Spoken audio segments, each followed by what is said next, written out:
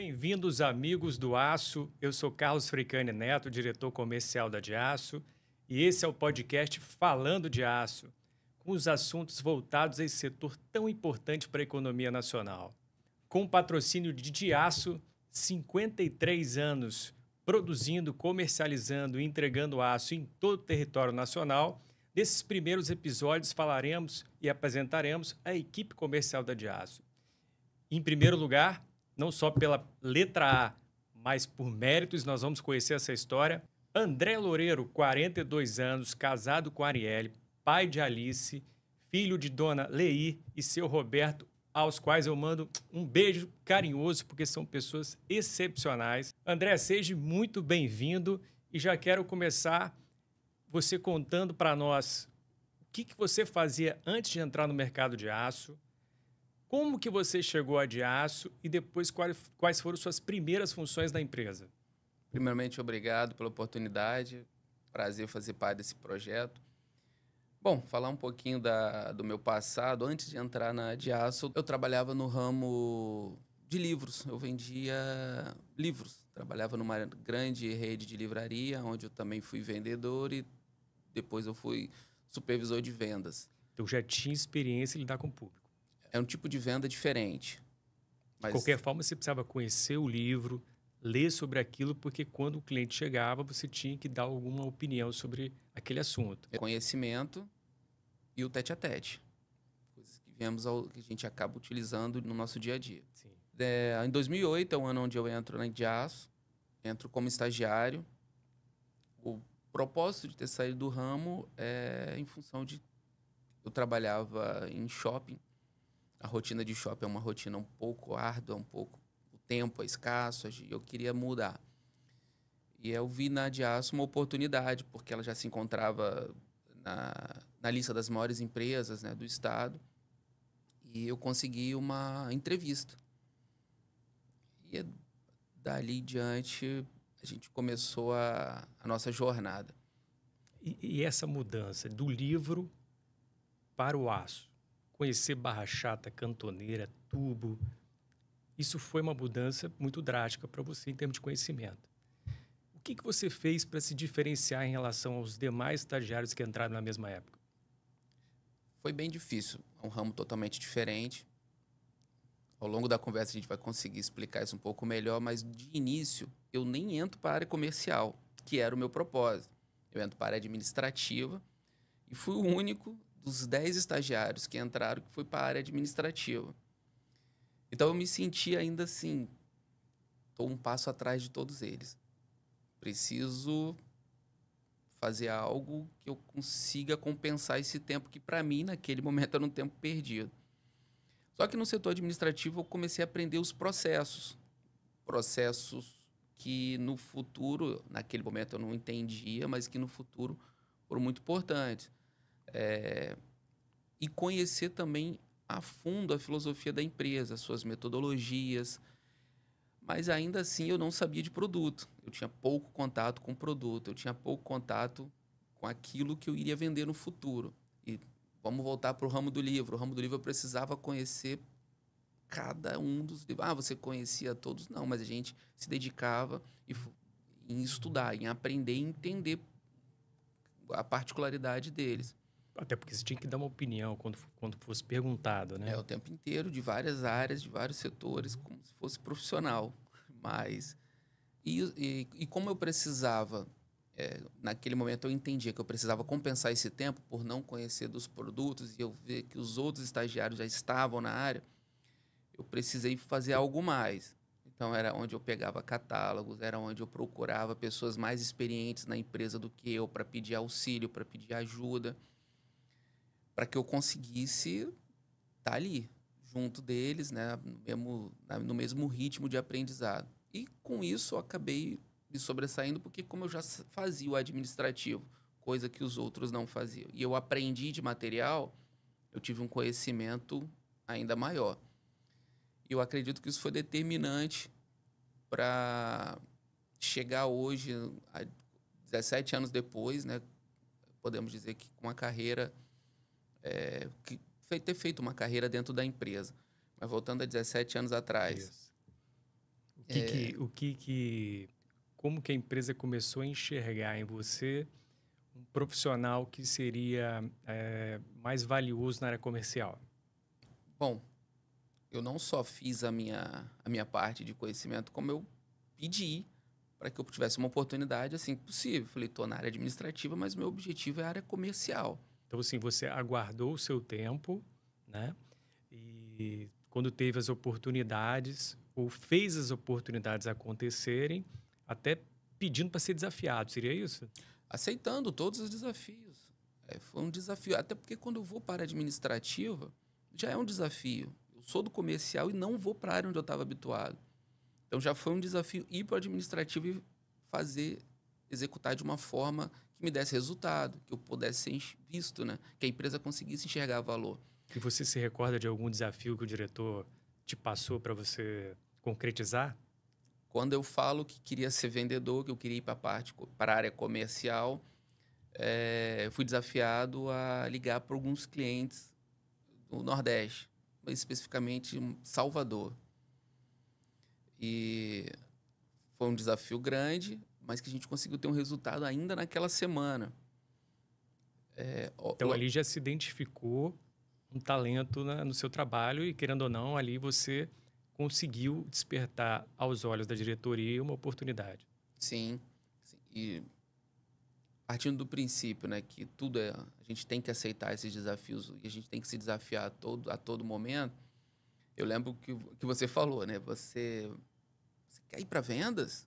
E eu, com meu jeito muito sério, né? E casava muito bem com o administrativo. Acho que até foi por isso que eu fui direcionado. Eu falei, sim, eu vou.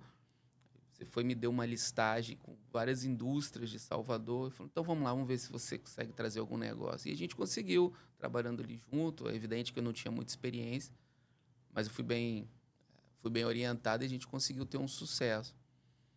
E 2 meses depois, eu já estava sendo contratado como assistente.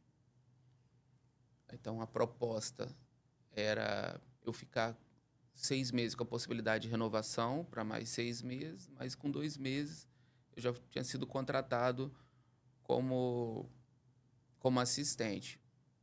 E nessa época você estava com quantos anos?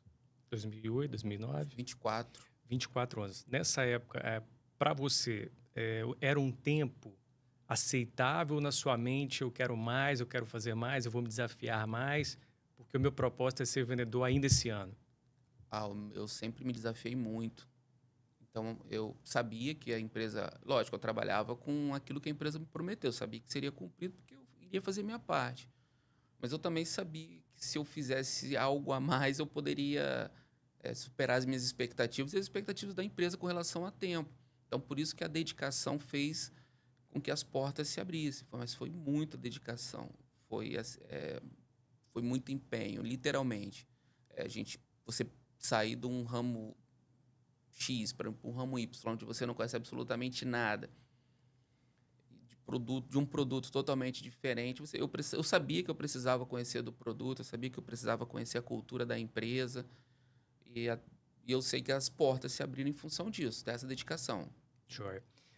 Nós temos, no nosso treinamento, a gente tem um mantra na empresa, né, que é ser proativo, assertivo e feliz. Num primeiro momento, muitos não entendem esse mantra, porque até isso ser factível ao entendimento deles, eles precisam vivenciar as experiências, né? Em que momento você percebeu que ser proativo, assertivo e feliz era o caminho para o sucesso? Foi exatamente quando eu assumo como assistente. A gente cria um projeto onde trabalharei com clientes novos, diferente de nativo. Nativo é aquele que, pelo menos, ele conhece a empresa, sabe o porte, não compra por alguma opção. O cliente novo é aquele que ele não sabe quem você é.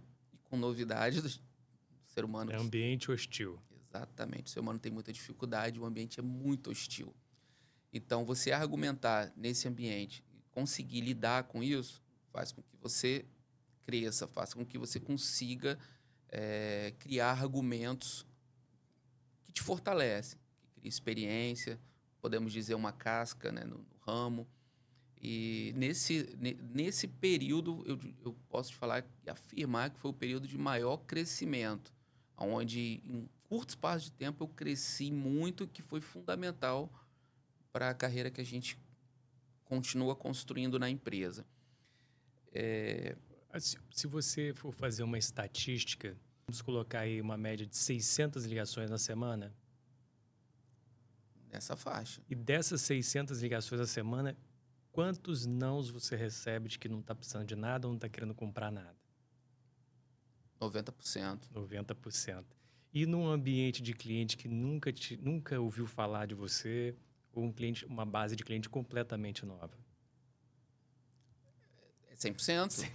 É 100%. Então, a resiliência que o vendedor tem que ter é muito mais de entender a rejeição do não, né? Ser resiliente quanto ao não, a essa rejeição que ele vai ter, mas transformar isso numa oportunidade. Porque o vendedor, no primeiro momento, ele não entende que, no fundo, o início, ele precisa ser conquistado por confiança, certo? Certo. Venda não é... A venda é confiança. Ela é confiança. Nesse caso dos clientes novos, ainda mais. São vários fatores que ele pode estar pensando, né? Será que é um concorrente? Sim, né? Por que ele está me ligando de um outro estado, em alguns casos? Né? Da onde surgiu? Então, ele começa a criar muitas barreiras, começa a se criar muitos paradigmas que o vendedor precisa quebrar. E você entendeu isso naquela fase da sua vida? Ou você já percebeu que era uma oportunidade também para você, num ambiente hostil, se preparar melhor para o que estava por vir? Eu sempre entendi como oportunidade. Eu sempre entendi como Fases. como fases. Eu sempre acreditei que com um trabalho duro, com muita dedicação, alinhado com as políticas da empresa, alinhado com a cultura da empresa, a gente poderia vencer os obstáculos. A gente também teve muitas diretrizes, metodologias, e tudo isso alinhado fazia com que a gente acreditasse no projeto. E eu sabia que não era um projeto imediato. Um projeto, né, se é novo, existe, o nome já diz, vai ter que ter um trabalho e projeto. Então a gente precisava se dedicar um pouco a mais do que aqueles que já têm uma rota consolidada. É a sementinha, é o adubo, é continuar até a plantação crescer, né? Exato. E para conseguir o primeiro sim, você precisava conquistar a confiança. Exato. Não é fácil. Bom, passou o tempo, que parece longa, mas nós estamos falando de 6 meses somente, né? 6 meses, tudo Vai, isso. então segue. Apareceu uma oportunidade para vendas, para aí onde eu fui contratado como vendedor. E eu atendi o norte do estado e Guarapari. A região sul do estado do Espírito Santo e o norte do Espírito Santo. Quando eu falo Guarapari é porque eu me arraria até... Presidente Kennedy, né? Isso, exatamente. Região. Presidente Kennedy até Guarapari. E foi desafiador. Mas conseguimos construir situações comerciais interessantes para a empresa. Então, você já passou a lidar com clientes inativos, desconhecidos e os ativos. Então, você já passou a lidar com 3 tipos de cliente. Como foi lidar com esses 3 tipos de cliente, com essa metodologia de conquista? Para quem saiu do ambiente hostil que eu estava, era um Facilitou, bálsamo, né? para o nosso trabalho.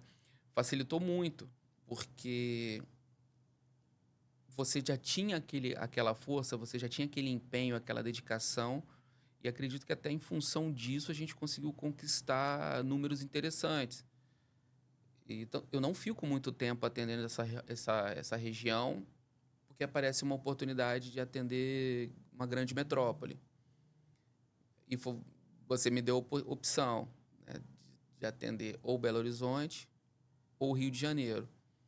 Eu sou natural do Rio, tenho uma identificação com o estado, conheço. E falei, eu quero o Rio de Janeiro. E uma frase que você falou, que me marcou e que falou, cara, vai dar certo. Você falou assim, cara, eu sempre acreditei no Rio de Janeiro, mas falta quem acredita. Joia, verdade. E hoje, a gente vai sempre antecipando, mostrando. Hoje parece tudo muito simples. Era uma rota desconhecida na empresa, que ainda não tinha uma relevância. Resumindo, que não se vendia ainda o que era esperado. E a gente assumiu o projeto. Isso ainda, isso em 2000, aí já em 2009, quando vira o ano, a gente já começa o projeto. E aí é um projeto desafiador. E em 2009, você já tinha experiência de viagem? Você jogou os clientes todos no Google e foi criando seu roteiro? Você tinha um WhatsApp para falar com eles? Como é que era esse ambiente em 2009? É até difícil a gente enxergar o mundo sem as ferramentas, né, de mapeamento, né, sem o GPS. Mas na época não tinha. 2009 é um cenário onde o GPS ainda era muito, muito raro. Mas assim, a Diaço, quando eu assumo o Rio, a gente consegue logo nas primeiras semanas desenvolver algo interessante. Ela me manda, compra uma passagem, me manda para o Rio, só que tinha um detalhe: eu não tinha habilitação. E a gente teve que fazer todo o trabalho de táxi.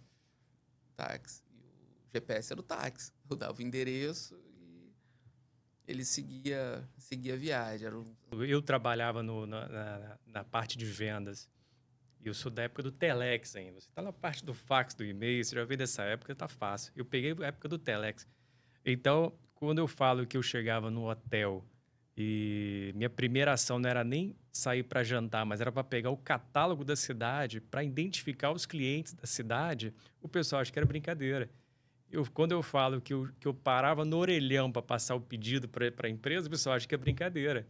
2009 ainda tinha esse catálogo. Você ia nos hotéis, ainda tinha o catálogo lista amarela. Não lembro como é que era. Ainda existia, mas realmente já tinha um fax, que já era um luxo absurdo, né, para aquele momento.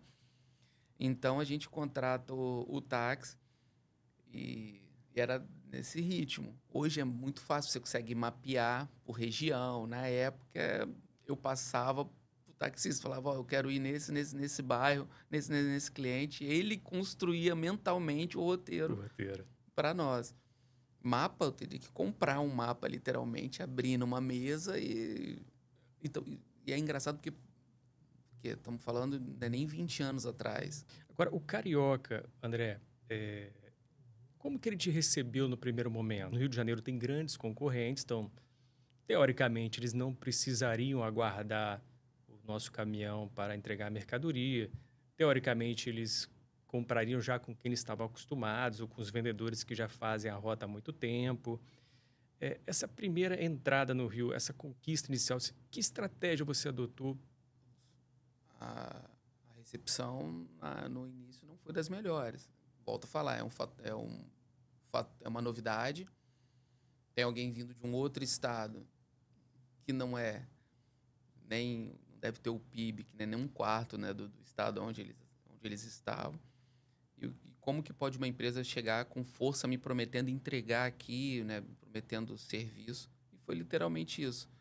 Foi entendendo que venda ela não é só preço. Precisava ganhar confiança, precisava mostrar que é uma empresa que gera valor, credibilidade. E precisava conquistar a confiança deles. Então, eu vou linkar o que você está falando à história sua lá do livro, quando você vendia livro, né? Porque lá você precisava conhecer o livro para poder passar para o teu cliente a tua experiência do livro e com aquela experiência convencê-lo ou conquistá-lo a entender que o livro tinha valor para ele e criar uma empatia. E já no aço você fez a mesma coisa, então. Embora o ambiente seja hostil, você precisou estudar o cliente, identificar os nichos dele e ali você viu as oportunidades que a Diaço poderia levar para que ele reconhecesse como uma oportunidade de negócio para ele.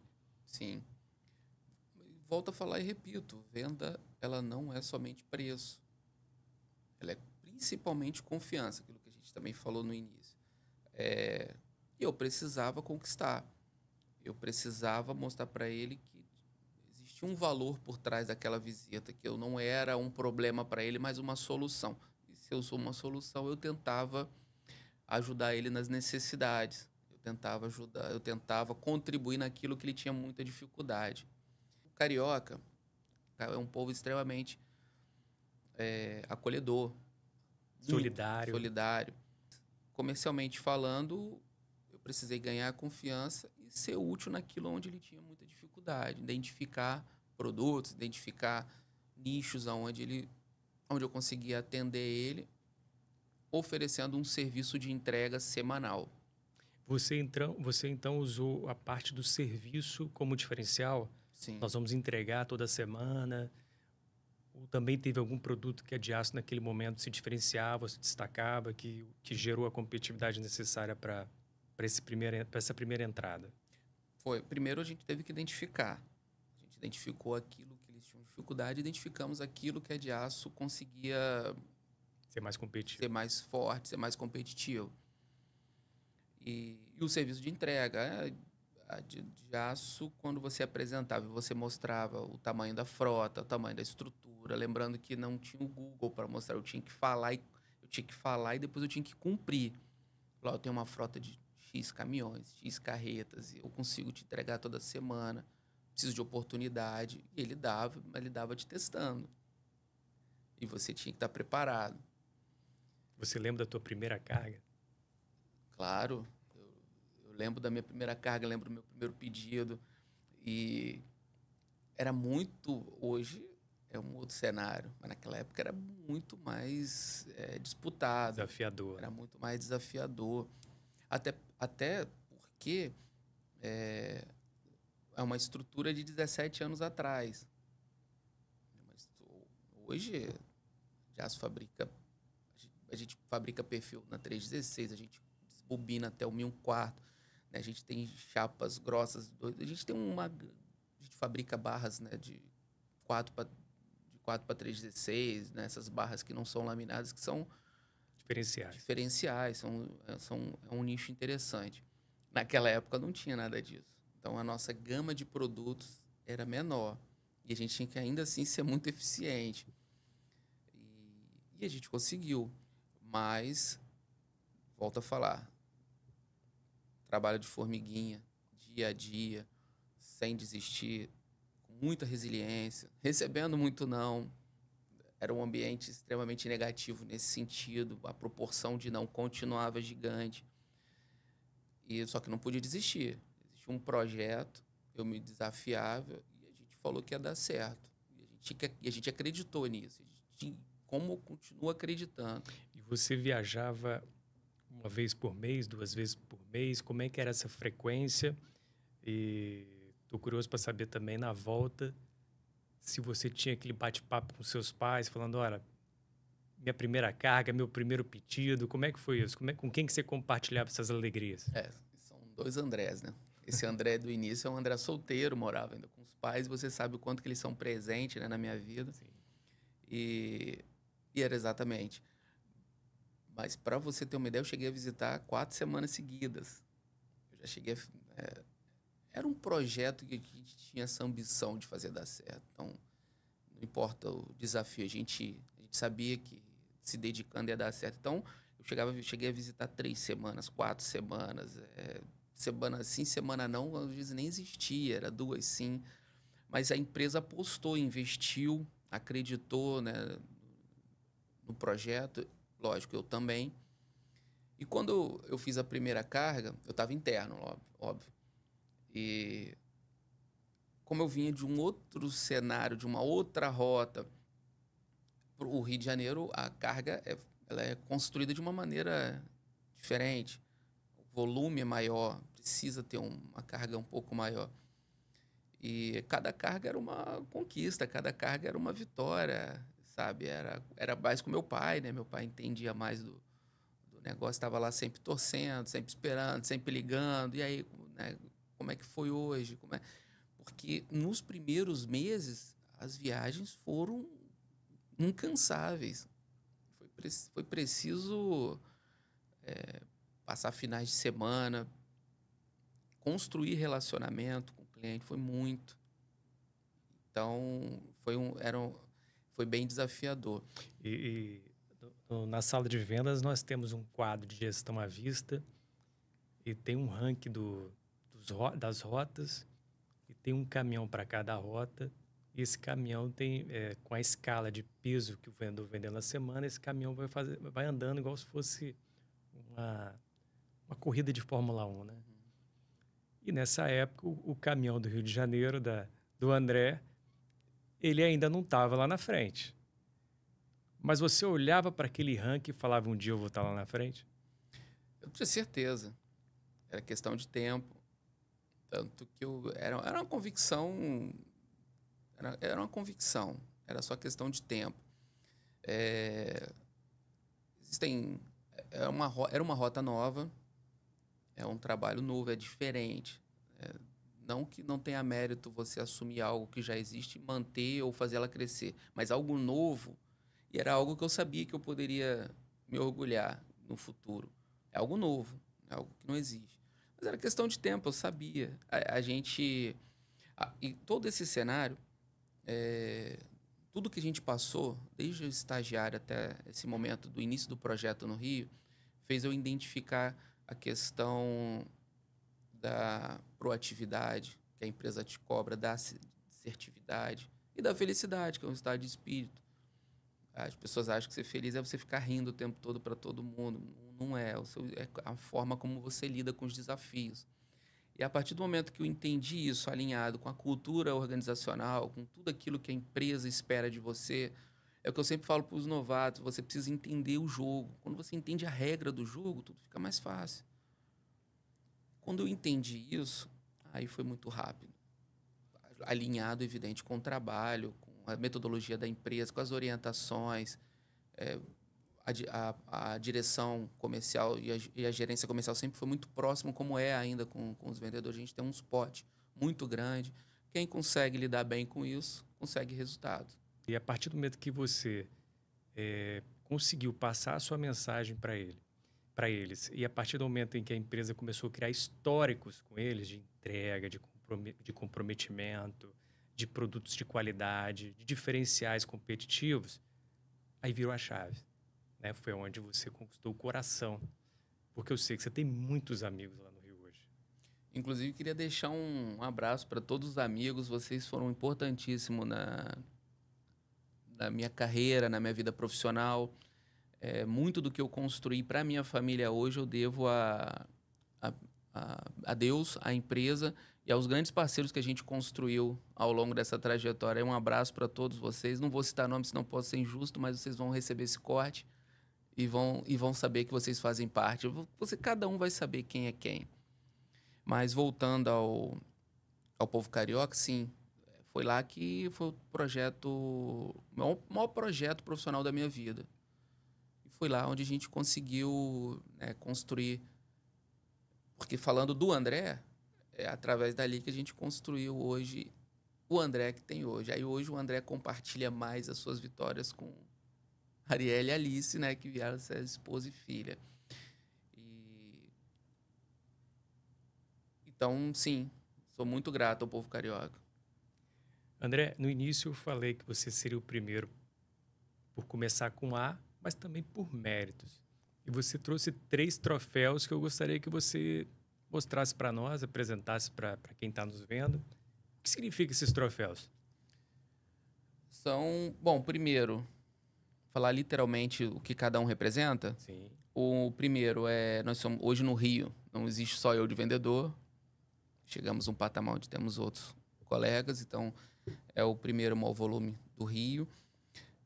O segundo é o maior volume de aço, unidade Serra. E o terceiro é grupo de aço, contando Centro Industrial do Aço e Patinga, somando somando as duas empresas, o maior volume. Eles estão aqui hoje como forma de agradecimento meu, tanto para a empresa quanto para os clientes, para os parceiros. Eu trouxe eles hoje aqui como uma forma de representar esse trabalho. Eu sabia que a gente acabaria falando da história e falar para o povo carioca que é deles, é nosso, eles fazem parte, muito parte disso. Joia. André, eu estou sabendo que esse ano você vai entregar mais de 30% de crescimento no volume de vendas. Mas tem um elemento a mais. Parece que entrou São Paulo também. Um novo desafio para você, é isso? Entrou São Paulo, que também foi um trabalho embrionário. Começamos, eu acho que foi no período da pandemia, eu precisei, ficou um ano ali sem fazer, mas depois eu voltei. Mas é o mesmo perfil, é o mesmo perfil do Rio de Janeiro.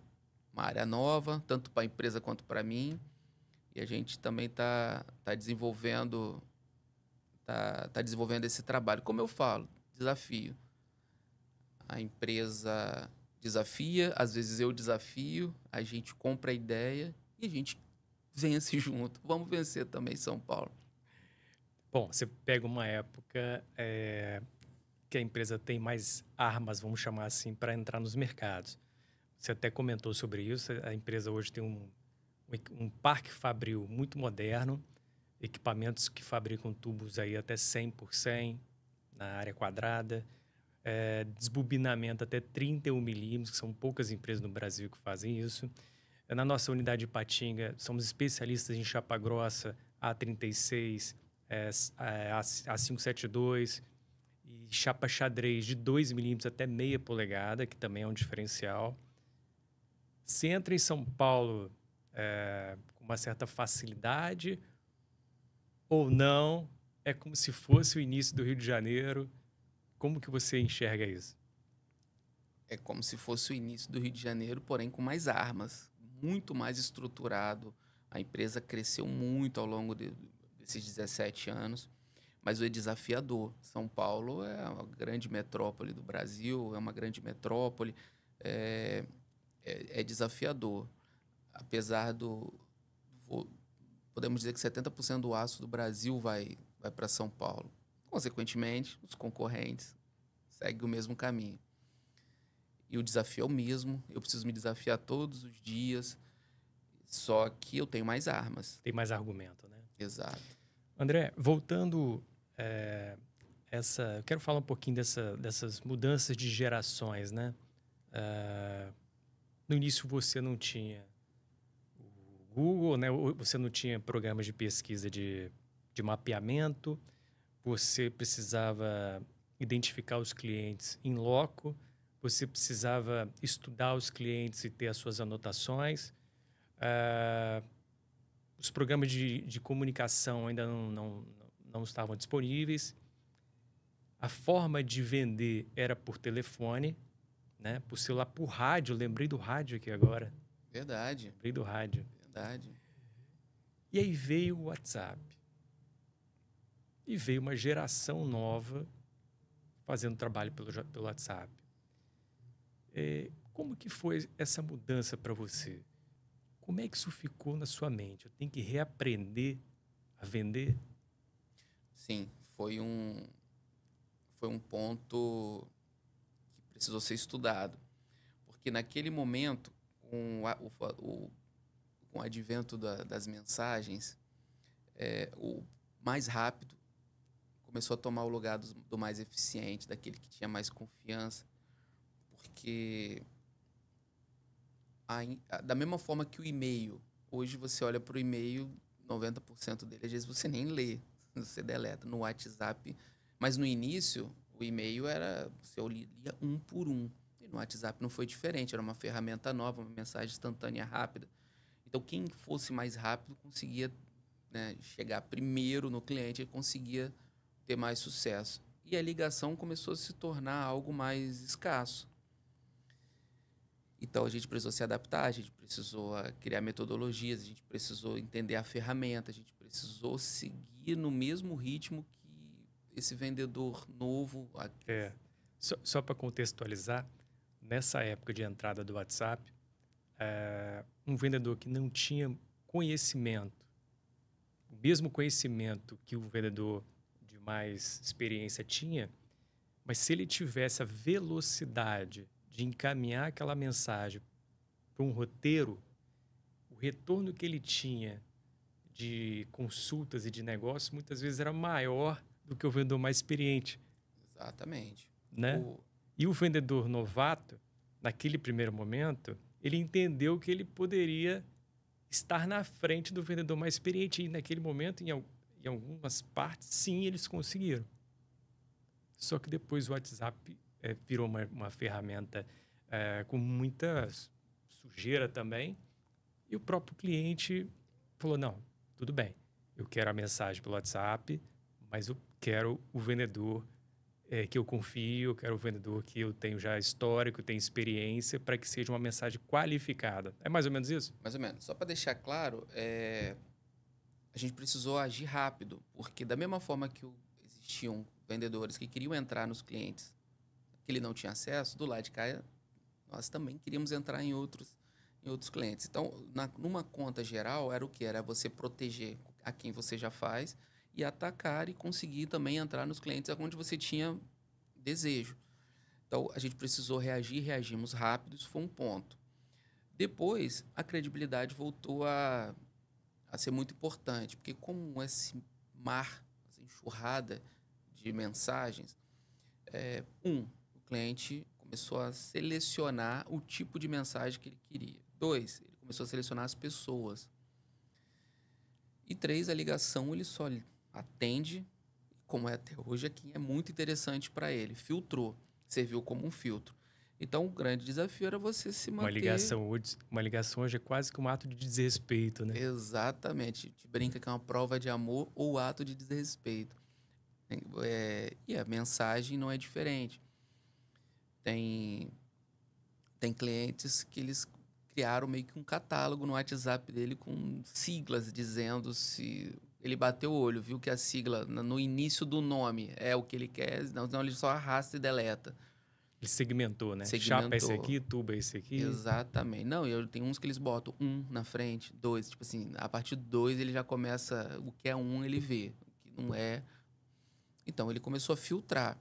Então, num primeiro momento, foi um susto para todo mundo, mas a credibilidade voltou a falar mais alto. Só que aí volta para falar mais alto para aqueles que a gente já atua, mas os que a gente não atua, a gente precisou e ainda precisa conquistar. E você só identificou isso provavelmente na visita. Porque ali você consegue, se você tem essa empatia, essa abertura com o cliente, você questiona, mas vem cá, por que você não está me respondendo? Aí é a hora que ele mostra o WhatsApp dele, que tem mais ou menos 200 mensagens, você caiu lá para a última.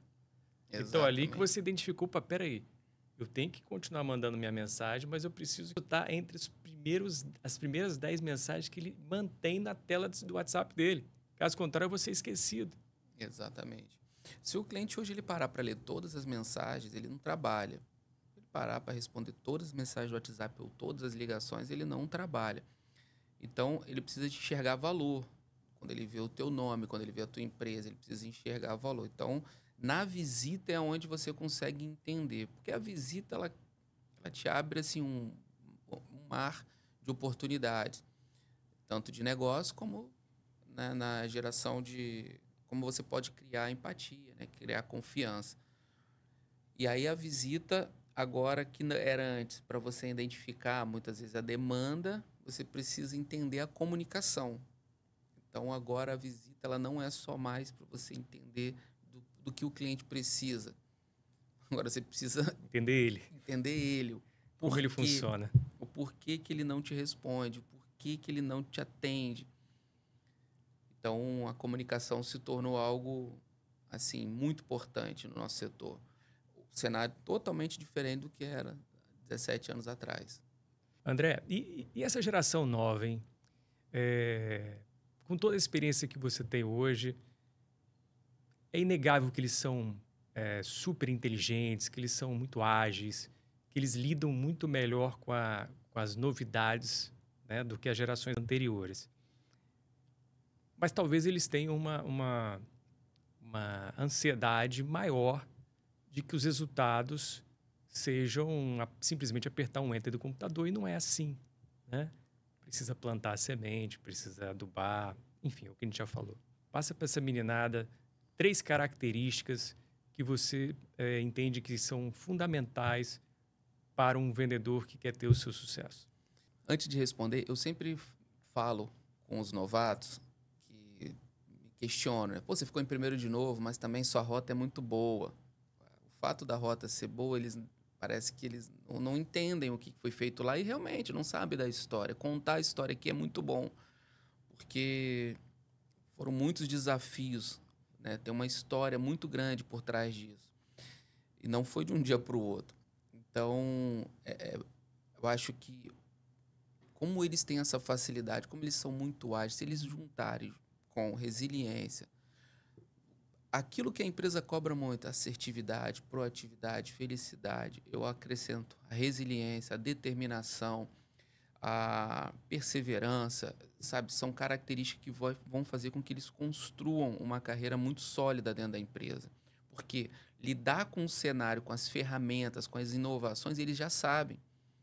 Eles só precisam ter essas características, né? Juntar tudo isso, eles vão ser, assim, profissionais exemplares. E tem tudo para voar muito alto, mas saber que tudo tem seu tempo. Até porque tá pegando tudo pronto. Tudo pronto. A estrutura formada.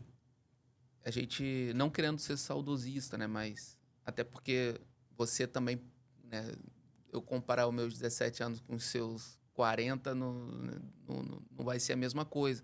Então, não é saudosismo, é realidade. O cenário que eu peguei era um. O cenário que os novatos estão pegando é outro. Mas eles têm tudo, tem muito mais ferramenta, tem muito mais armas para poderem, né, voar. Agora, precisa ter perseverança. Precisa tentar construir sua própria história.